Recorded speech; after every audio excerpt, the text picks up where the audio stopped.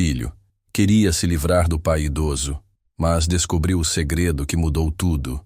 Na calada da noite, enquanto a cidade dormia e as luzes da casa estavam apagadas, ele sorria.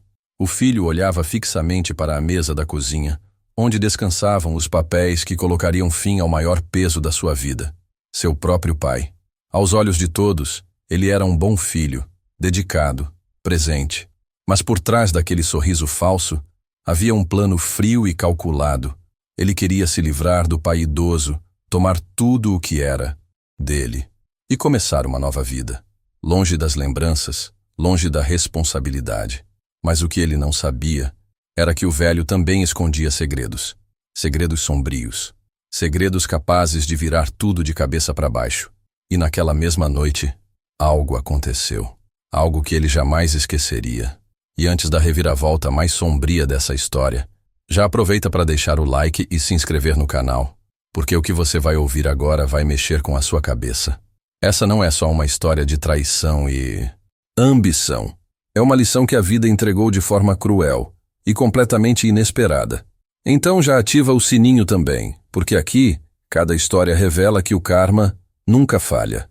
A verdadeira motivação de Marcos nunca foi o cuidado, nunca foi o bem-estar do pai. Era o dinheiro, era a liberdade, era a ganância crescendo em silêncio dentro dele, como uma erva venenosa que sufoca tudo ao redor. Ele não via mais o pai como um ser humano, como aquele homem que um dia segurou sua mão para atravessar a rua, que chorou em silêncio quando o viu doente na infância, que vendeu a própria moto para pagar uma cirurgia sua. Agora, para Marcos, o pai era só um obstáculo entre ele e a herança. E essa herança era mais do que uma quantia. Era a chave para a vida que ele sempre sonhou. Uma vida sem preocupações, sem contas vencidas, sem horários, sem ninguém para mandar. A casa do pai valia muito. Era um imóvel antigo, sim, mas localizado num bairro que se valorizou bastante nos últimos anos. Muitos corretores haviam deixado cartões na porta, interessados em comprar. Marcos guardava todos, como se já estivesse se preparando para o dia em que pudesse usar. E esse dia, segundo ele, não estava tão distante. Mas o dinheiro não vinha só da casa. Havia ainda uma pequena poupança que o Sr. Antônio guardava religiosamente, fruto de décadas de trabalho duro.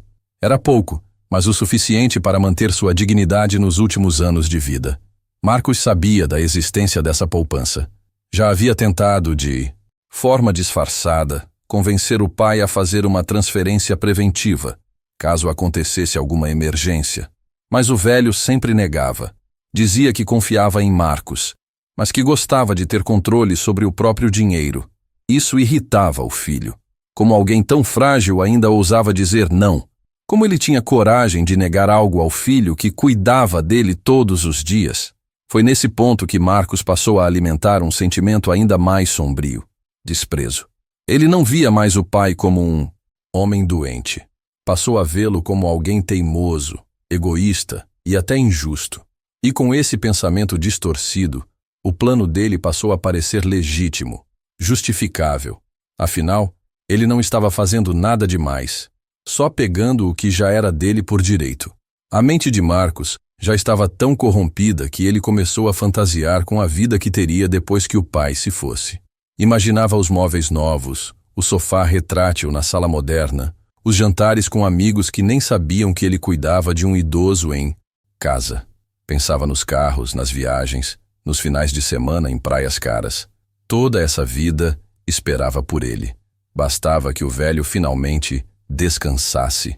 Era como se o mundo dissesse: você merece, só falta tirar o peso do caminho. E era exatamente assim que ele via o pai: um peso. Não como alguém que envelheceu após se doar por inteiro.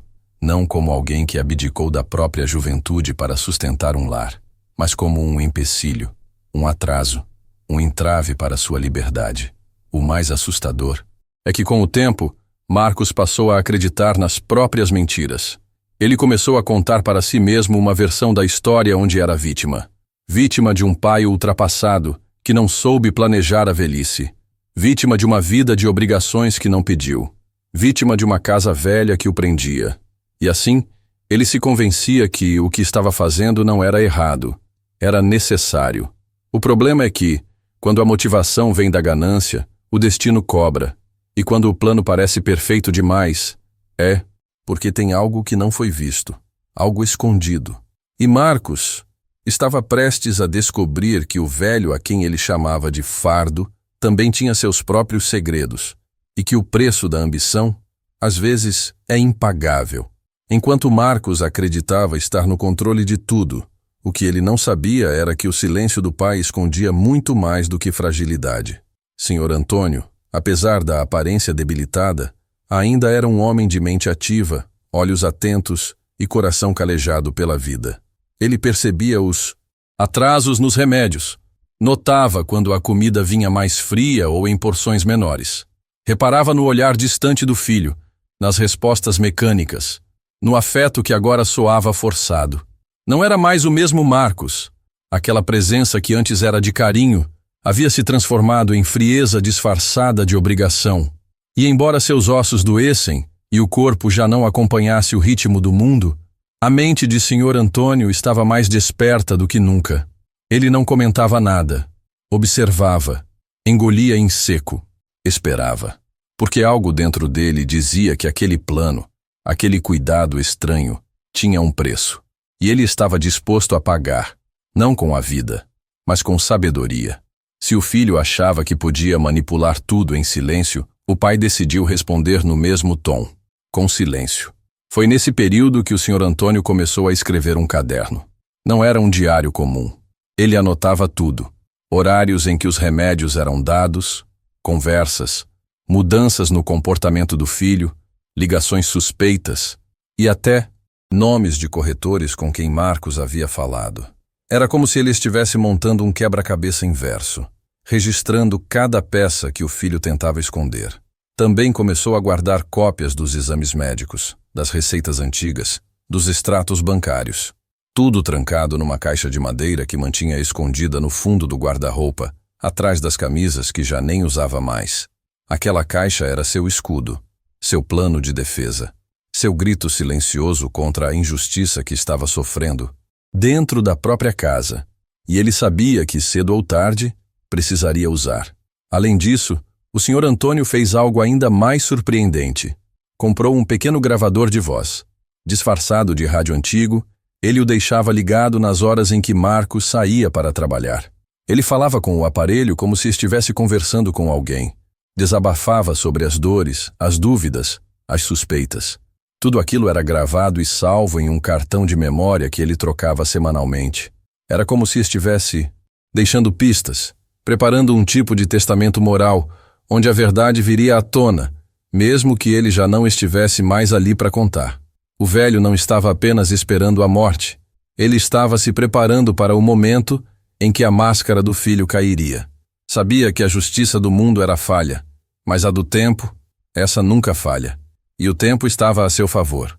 O comportamento do pai começou a despertar aos poucos uma certa inquietação em Marcos. Ele percebia que o velho estava mais calado, mas, ao mesmo tempo, atento. Olhava nos olhos por mais tempo, fazia perguntas curtas, mas certeiras. Às vezes, sorria de um jeito estranho, como se soubesse mais do que dizia.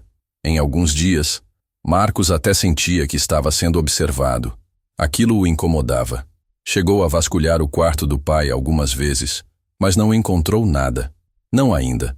E esse não saber começou a deixá-lo desconfortável, porque por mais que fingisse confiança, no fundo, tinha medo. Medo de que o pai soubesse do plano. Medo de que tudo ruísse antes da hora. Medo de que aquele velho, fraco no corpo, ainda fosse forte o bastante para derrubar tudo que ele havia construído. E nesse jogo silencioso entre pai e filho, uma batalha estava prestes a explodir. Só que quem finge amar por interesse nunca está realmente preparado para descobrir até onde o outro vai, por amor verdadeiro. O que Marcos jamais poderia imaginar é que por trás do silêncio do pai existia uma história muito mais profunda, obscura e inesperada do que qualquer plano que ele tivesse arquitetado. Tudo veio à tona numa tarde comum, enquanto vasculhava antigos álbuns de família em busca de documentos que pudessem acelerar a liberação da casa. Ele procurava escrituras, contas em nome do pai, qualquer coisa que pudesse servir como argumento legal para tomar posse do imóvel. Mas o que encontrou foi algo que congelou o sangue em suas veias. Uma caixa de papelão, escondida sob o assoalho do guarda-roupa, marcada com uma fita vermelha desbotada.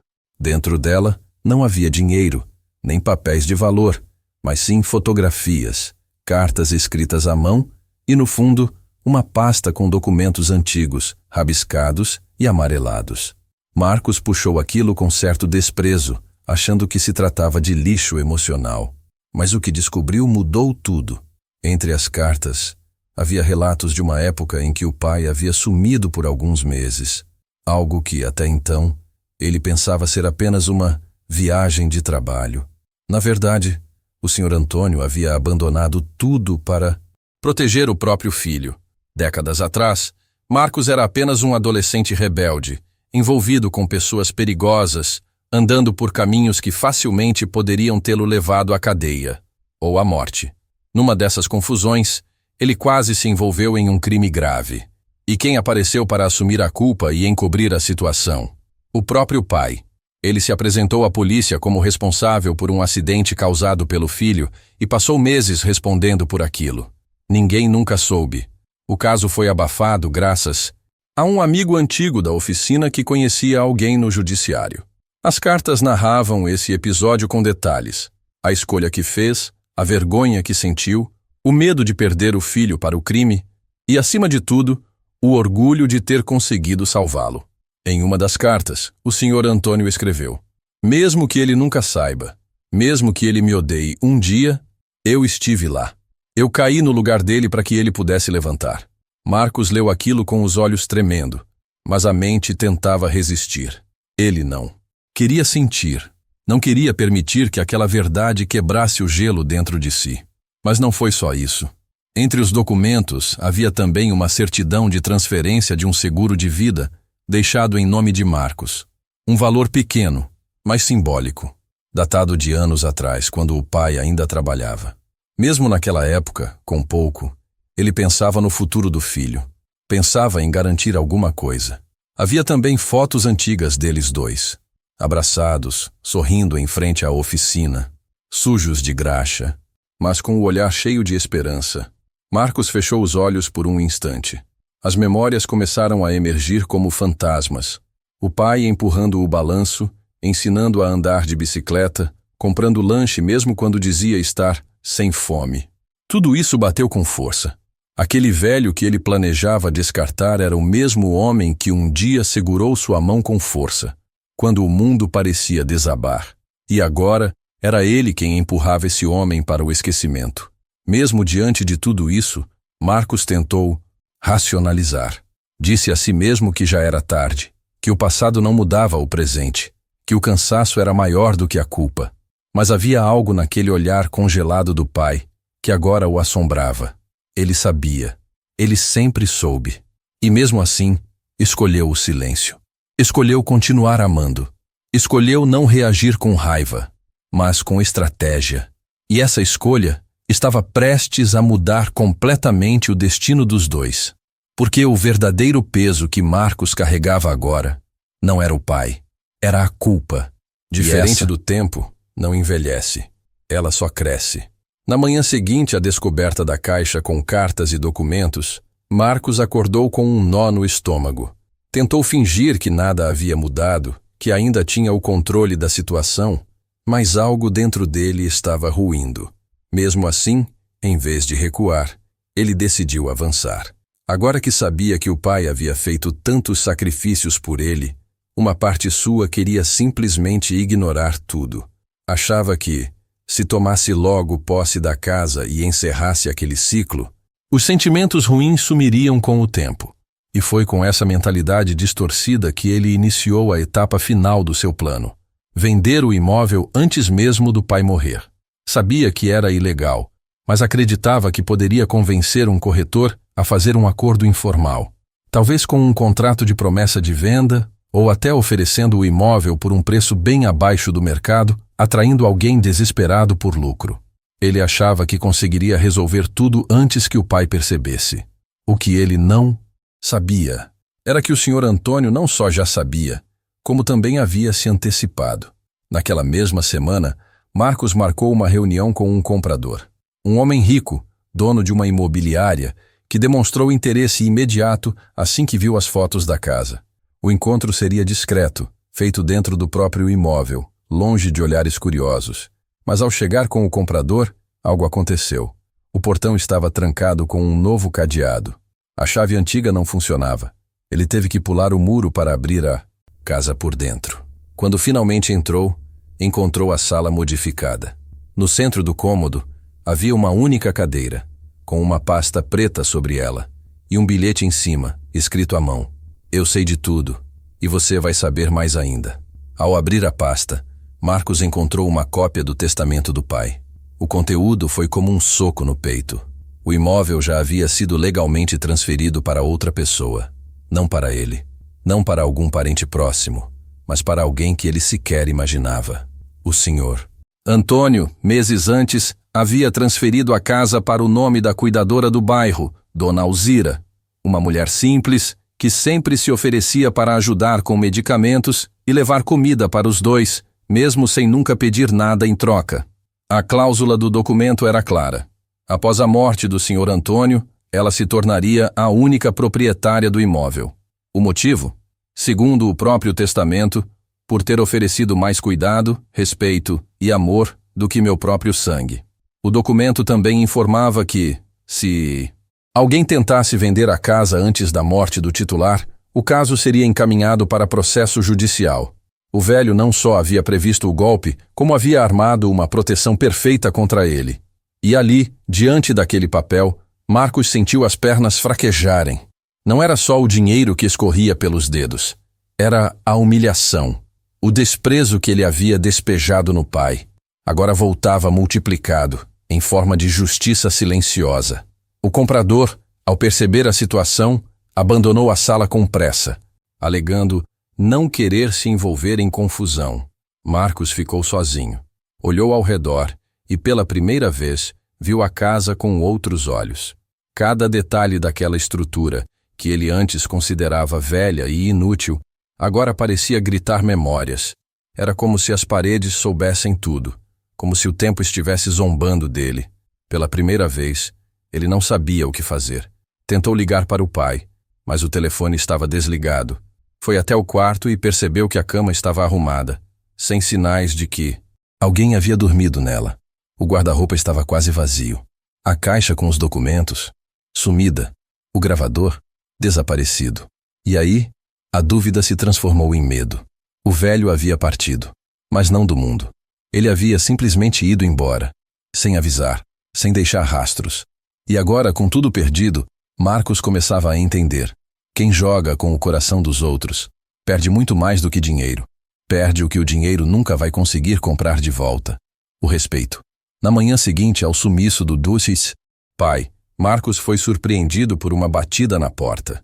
Ao abrir, deparou-se com um homem de terno escuro, pasta em mãos e olhar firme. Era o advogado do Sr. Antônio. Sem rodeios, ele se apresentou como Dr. Renato e entregou a Marcos um envelope lacrado. Seu pai me pediu para entregar isso pessoalmente no momento certo. E esse momento chegou, disse. Sem entender ao certo o que estava acontecendo, Marcos sentou-se no sofá e abriu o envelope com mãos trêmulas. Lá dentro havia uma carta escrita à mão com a caligrafia do pai e um pendrive. A carta começava de forma simples, mas carregada de emoção. Se você está lendo isso é porque eu já não estou mais aí. Mas não pense que morri. Apenas me afastei. Não por medo nem por mágoa, mas por amor próprio. Eu te dei tudo. Meu tempo, minha juventude, minha saúde. E em troca, recebi o vazio. A cada linha, Marcos sentia o coração apertar. O pai havia preparado aquela carta com frieza e amor na mesma medida. Não era uma vingança, mas um acerto de contas. Um último ato de dignidade.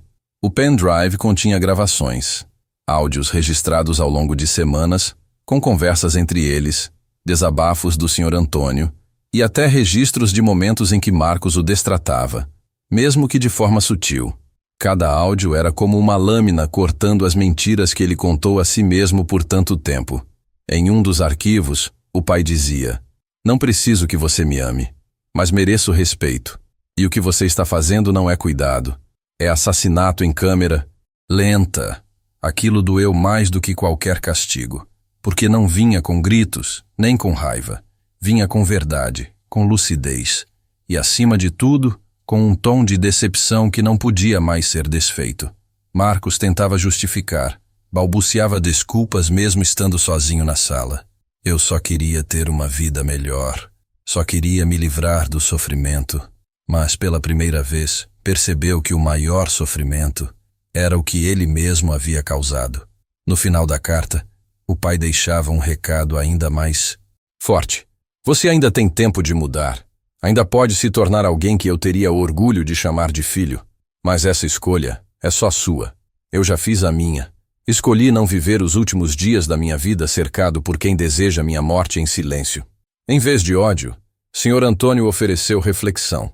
Em vez de vingança, deu liberdade, mas não sem consequências. O advogado, então, explicou a última parte. Além da casa transferida, Marcos não teria direito a nenhum centavo da pequena poupança que restava. Tudo havia sido doado para instituições que cuidavam de idosos abandonados. A ironia era cruel, mas justa. O filho que quis se livrar do pai agora estava sozinho, sem teto, sem herança, sem desculpas. O que restava era a dor. Com a saída do advogado, o silêncio tomou conta da casa. Marcos, sozinho, cercado por lembranças que agora pareciam gritar, começou a sentir o peso do que havia feito. A imagem do pai sentado na poltrona da sala, ouvindo o rádio com um sorriso cansado, voltou à mente como um soco. A comida que recusava fazer, os remédios que esquecia de dar, os olhares frios, tudo agora se transformava em arrependimento. E aquele arrependimento não vinha com lágrimas, vinha com paralisia, com a consciência de que não havia mais volta. O velho se foi, levou a dignidade, a bondade e, principalmente, a certeza de que até mesmo os mais silenciosos sabem o momento exato de desaparecer. E quando eles somem, não deixam apenas um vazio, deixam uma lição, uma que o tempo não apaga, uma que o coração nunca mais deixa de sentir. Nos dias que se seguiram ao sumiço do pai, Marcos se afundou em um silêncio que parecia engolir a própria casa. Os cômodos, antes abafados por sua pressa e indiferença, agora ecoavam memórias que se recusavam a morrer. Ele andava em círculos, encarando as paredes, como se nelas estivessem gravadas as palavras da última carta. Sentia o peso do arrependimento, mas o que mais o consumia era o vazio. Não havia mais ninguém para culpar. E foi nesse estado de letargia que o corpo de Marcos começou a definhar, não com doenças visíveis, mas com um desgaste interno, psicológico.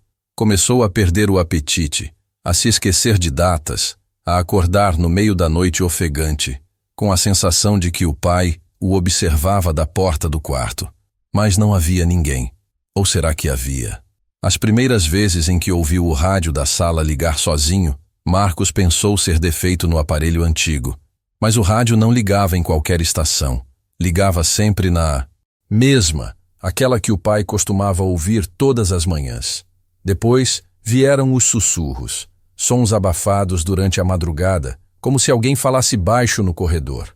Chegou a correr pelos cômodos, acender todas as luzes, vasculhar atrás de móveis. Nada. Mas a sensação permanecia. Não era loucura. Era culpa materializada. Um tipo de karma invisível que não precisava aparecer. Apenas pesar. E como pesava? Marcos começou a ter pesadelos. Sonhava com o pai em silêncio, sentado à mesa, apenas olhando. Não dizia uma só palavra. Apenas encarava, com os mesmos olhos que, em vida, haviam pedido por respeito, e não foram ouvidos. Com o passar das semanas, os episódios se intensificaram. Portas que se fechavam sozinhas, objetos que caíam sem explicação. Certa noite, Acordou com a cadeira da sala virada para o corredor, como se alguém estivesse sentado ali, observando a escuridão. Foi o suficiente para que abandonasse o local por alguns dias. Tentou se hospedar em um hotel barato, mas não conseguiu dormir. As lembranças o acompanhavam, como se tivessem saído da casa e agora morassem dentro dele. E o mais doloroso, não era apenas medo, era saudade. Saudade da presença que ele rejeitou, do homem que poderia ainda estar ali, se ele tivesse escolhido o caminho certo. O velho nunca gritou, nunca revidou, mas agora, o silêncio que ele deixou era ensurdecedor. Era como se o mundo inteiro gritasse aquilo que Marcos se recusou a ouvir. Você falhou como filho. Em um momento de desespero, ele decidiu procurar por pistas do paradeiro do pai. Ligou para hospitais, visitou asilos, procurou conhecidos, mas ninguém sabia de nada. Era como se o velho tivesse desaparecido do mundo. A cuidadora que havia recebido a casa também não quis falar. Disse apenas: ele fez o que precisava fazer, e agora está em paz. Essas palavras quebraram algo dentro de Marcos. Pela primeira vez em anos ele chorou. Não por raiva, nem por frustração, mas por perda. Uma perda que ele mesmo causou. Sentado no chão da antiga sala, entre fotos espalhadas e ecos de um passado maltratado, ele finalmente entendeu. O pai não havia apenas partido. Ele havia deixado uma lição, uma que o perseguiria pelo resto da vida. E não importava onde fosse, o verdadeiro castigo já havia começado. Porque não existe cárcere pior do que viver sabendo que destruiu quem mais te amou em silêncio. Depois da partida silenciosa do pai, Marcos sentiu que o peso da culpa não o deixaria em paz tão cedo. A casa, agora vazia e fria, parecia guardar cada lembrança de sua traição. E foi justamente nesse vazio que começaram a surgir as primeiras manifestações daquilo que ele jamais poderia explicar racionalmente. No começo, foram pequenos sinais, uma sombra que parecia se mover no canto do olho, objetos deslocados, o som distante de passos que ecoavam no corredor sem ninguém por perto.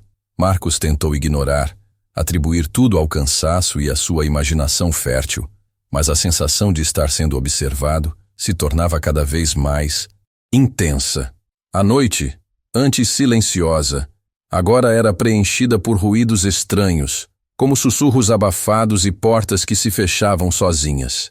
O medo começou a tomar conta, mas não um medo comum. Era um medo que vinha de dentro, uma voz interna que sussurrava que ele estava sendo punido por algo que fez. Era o karma se manifestando de uma forma que ele não conseguia compreender, mas que sentia em cada fibra do seu corpo. À medida que os dias passavam, os pesadelos se tornaram frequentes e cada vez mais vívidos.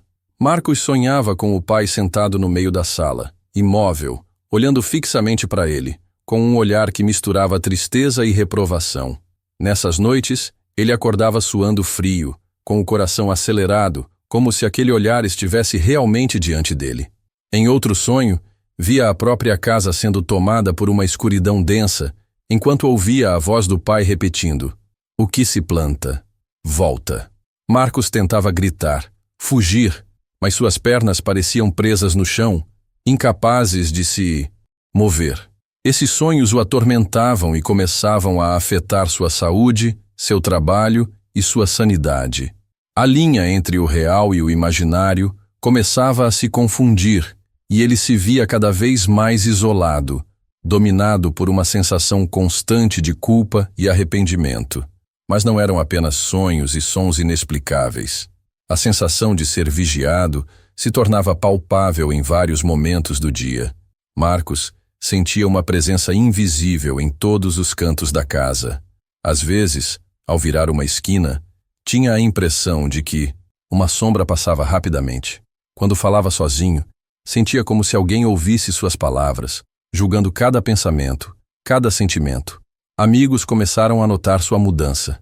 Ele estava mais nervoso, ansioso, esquecido. Perdeu o interesse por tudo que antes gostava. Tentou buscar ajuda, mas não conseguia explicar o que acontecia. E ninguém parecia acreditar que ele estava sendo assombrado por algo muito mais do que uma simples memória. E no meio de tudo isso, veio a pior parte: o peso da consciência. Marcos percebeu que a verdadeira punição não vinha dos sinais externos, mas do que carregava dentro de si. A dor da traição, da ingratidão e da ambição desmedida se transformou em uma prisão mental e emocional. Ele sabia que havia destruído o homem que o amou incondicionalmente. O mesmo homem que sacrificou tudo para que ele pudesse ter uma vida melhor. E essa consciência se tornou uma voz constante, implacável, que o acompanhava onde quer que fosse. Marcos tentou fugir do passado, mas descobriu que não há fuga possível quando o karma é verdadeiro. Ele não só havia perdido o pai, mas também a si mesmo. E aquela casa, que antes seria seu refúgio, agora era seu maior tormento. O karma, naquela casa silenciosa, mostrava sua face mais cruel, não a de uma vingança sobrenatural, mas a de uma culpa tão pesada que corrói o coração e a mente dia após dia. Marcos estava sozinho, cercado pelas consequências de seus atos, e sabia que a única forma de encontrar algum alívio seria enfrentar essa dor. Talvez, quem sabe, buscando redenção. Mas até lá, o verdadeiro castigo continuava. E continuaria até que ele aprendesse que o amor traído nunca esquece, e que o destino tem suas próprias formas de justiça. Dias após o desaparecimento do pai, quando a casa já estava mergulhada em um silêncio sufocante, Marcos recebeu uma correspondência inesperada. Era um envelope simples, envelhecido nas bordas, sem remetente, apenas seu nome escrito à mão na caligrafia firme do senhor. Antônio. Com mãos trêmulas, ele abriu a carta, sabendo que de alguma forma aquilo mudaria tudo. As palavras do pai, escritas com a calma e a firmeza de quem já havia feito as pazes com a vida, começaram a desfiar um último capítulo da história entre eles. Meu filho, começava a carta. Se está lendo isso, é porque não estarei mais aqui para falar com você pessoalmente. Mas antes de tudo, quero que saiba que, apesar de tudo, eu sempre te amei. Mesmo quando você tentou se afastar, mesmo quando escolheu o caminho da traição, o amor que sinto por você nunca mudou. Marcos sentiu uma pontada no peito, um misto de dor e confusão que o fez hesitar antes de continuar a leitura. O pai continuava, revelando detalhes que Marcos desconhecia, e que agora explicavam muitos dos mistérios que rondavam a casa. Na carta, Sr. Antônio confessava que sempre soube do plano do filho para se livrar dele. Não com raiva, mas com uma tristeza profunda, ele escolheu não confrontar Marcos diretamente. Em vez disso, decidiu agir com inteligência e paciência, preparando-se para proteger aquilo que ainda lhe restava, sua dignidade e seu legado. E foi por isso que transferiu a casa para o nome da cuidadora, que deixou os áudios, as cartas e os documentos organizados, para que no momento certo a verdade fosse revelada. Não quero que você sofra, mas preciso que entenda. O que você tentou fazer comigo não foi apenas uma traição a um pai. Foi uma escolha que definirá o resto da sua vida. No final da carta, havia um aviso claro e duro. O que se planta, meu filho, sempre volta. A justiça que importa não é a dos tribunais, mas a do tempo e da consciência. Você ainda pode mudar, ainda pode encontrar o caminho da redenção, mas isso depende só de você. Eu já fiz a minha parte. Agora é a sua vez. O impacto da carta foi devastador. Marcos sentiu uma mistura de raiva, vergonha e culpa que o paralisou por horas. Mas o mais impressionante e assustador foi o penúltimo trecho, que dizia que ele não seria o único herdeiro. Havia alguém mais, alguém que receberia tudo o que ele deixou para trás. O verdadeiro filho daquela história, que por anos havia sido ignorado, esquecido e subestimado. Poucos dias depois, um novo documento chegou em mãos de Marcos. O testamento atualizado, onde o Sr. Antônio deixava a maior parte da herança para o irmão mais velho de Marcos, Rafael. Um homem que ele nunca quis conhecer, um parente distante, com quem sempre teve desentendimentos familiares. Rafael, diferente de Marcos, sempre esteve ao lado do pai nos momentos difíceis, cuidando, ajudando, mostrando o respeito que o filho mais novo desprezou. Marcos, sozinho em casa, com a carta do pai nas mãos, percebeu o verdadeiro tamanho do que havia perdido. Não era só uma casa. nem um dinheiro. Era a chance de ser perdoado, de reconstruir algo que ele mesmo destruiu. Mas para isso, ele teria que enfrentar não só o irmão, mas a si mesmo, o homem que escolheu o caminho da traição, da ganância e da mentira. Naquele momento, enquanto a carta deslizava lentamente pelo chão, Marcos sentiu o peso da decisão que tinha pela frente. O karma havia chegado com força total. E ele sabia que a única saída possível seria encarar o passado, aceitar as consequências e tentar encontrar um novo começo, se é que ainda havia tempo. Porque, afinal, na vida, ninguém escapa das sementes que planta. E o colheita, essa nunca falha. Com a carta do pai e o testamento nas mãos, Marcos se viu diante de uma encruzilhada que jamais imaginara enfrentar. O caminho à sua frente parecia tortuoso, cheio de sombras e dúvidas, mas uma coisa estava clara. Ele não podia fugir da verdade. Rafael, o irmão distante que sempre foi uma figura ausente na vida dele, agora era o legítimo herdeiro de tudo aquilo que Marcos havia desejado para si.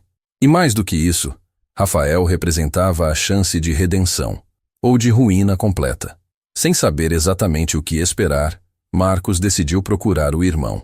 A princípio, o mês de hoje, contato foi frio e marcado por ressentimentos antigos.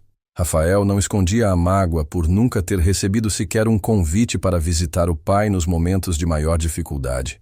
Mas também não tinha a intenção de repetir os erros do passado. Queria entender, ouvir e, quem sabe, ajudar o irmão a se reencontrar com a família que um dia perdeu. Durante as conversas que se seguiram, Marcos começou a enxergar as coisas por outro ângulo. Rafael contava histórias que ele nunca soube, de visitas ao pai, das noites em claro cuidando da saúde dele, dos sacrifícios que fez para garantir que o velho tivesse o mínimo de conforto. Cada relato era uma facada no orgulho e na falsa razão que Marcos carregava. E aos poucos, uma nova chama começou a surgir dentro dele. A vontade de reparar o estrago, de buscar perdão, não só do irmão, mas de si mesmo. Rafael, por sua vez, também mostrava um lado surpreendente. Não guardava rancor, mas sabia que a reconstrução seria difícil. Havia muito para conversar, muito para acertar. E o tempo, que já tinha sido tão cruel, agora seria o árbitro dessa possível reconciliação. Enquanto isso, a vida de Marcos seguia cercada pelos ecos do passado. O karma, que até então se manifestava em sinais sutis e arrependimentos internos, agora ganhava forma concreta. A casa, que antes ele desejava vender a qualquer custo, estava sob proteção legal. A cuidadora, Dona Alzira, fazia questão de cuidar do imóvel e preservar as memórias do pai, como um santuário de dignidade e respeito. Marcos, por sua vez, sentia o peso de cada passo dado em falso. Tentou reatar laços com antigos amigos, buscar terapia para lidar com a culpa e até mesmo se envolver em trabalhos voluntários para idosos abandonados, como forma de expiar suas falhas. Mas sabia que nenhum gesto apagaria o que foi feito. A caminhada seria longa, cheia de desafios e provações. E foi em meio a esse turbilhão que Marcos recebeu a notícia que mudaria sua vida mais uma vez. Um processo judicial havia sido aberto para questionar a validade da transferência da casa para Dona Alzira. O filho, tentando recuperar o que perdeu, recorria ao sistema para retomar o que julgava seu por direito. Mas o que ele não esperava era que a justiça, dessa vez, não estaria ao seu favor.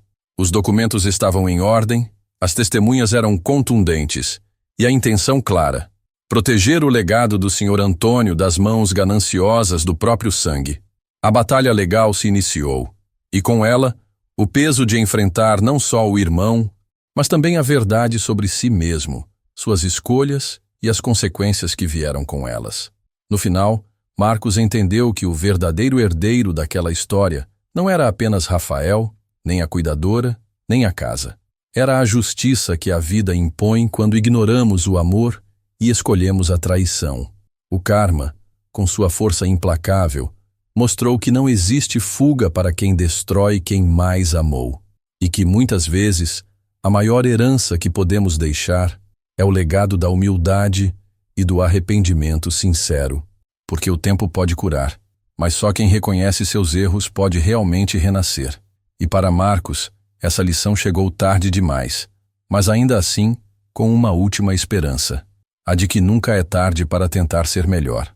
Se você chegou até aqui, já sabe que histórias como essa nos mostram que a vida sempre cobra o preço das nossas escolhas, e que o verdadeiro valor está no respeito e no amor que cultivamos.